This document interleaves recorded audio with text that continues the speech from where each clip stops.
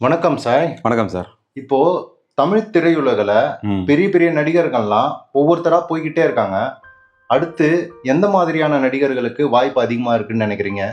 இனிமே வரக்கூடிய காலகட்டங்கள் இயக்குனர்கள், எழுத்தாளர்கள், கதை வலு சார்ந்த ஒரு காலகட்டமாக இருக்குன்றது என்னுடைய கருத்து.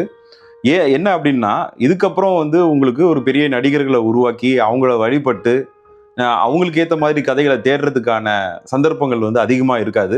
1-2 நபர்கள் இருப்பாங்க. ஆனால் இது பரவலாக பார்த்தீங்கன்னா, கதை வலு யார்கிட்ட இருக்கோ, எந்த நடிகர் கதையை நம்பி பண்றாரோ இனிமே அவருடைய எதிர்காலமாக இருக்கும். அதனால இயக்குனர்கள், எழுத்தாளர்கள் நல்ல கதையமைப்பு, திரைக்கதையெல்லாம் நல்லா வலுவா வச்சுட்டு இப்போ மலையாளத்தில் பண்றாங்க பாருங்க. அந்த மாதிரி நிறைய சப்ஜெக்ட்ஸ் இங்கேயும் இருக்கு. நிறைய கதாநாயகர்களை நாமளும் உருவாக்கலாம். ஆனால் அந்த கதாநாயகர்கள் கதையின் நாயகர்களாக இருந்தால் இன்னும் அடுத்த ஒரு 10 வருஷத்துக்கு திரைப்படத்துறை பொற்காலமாகவே இருக்கும்.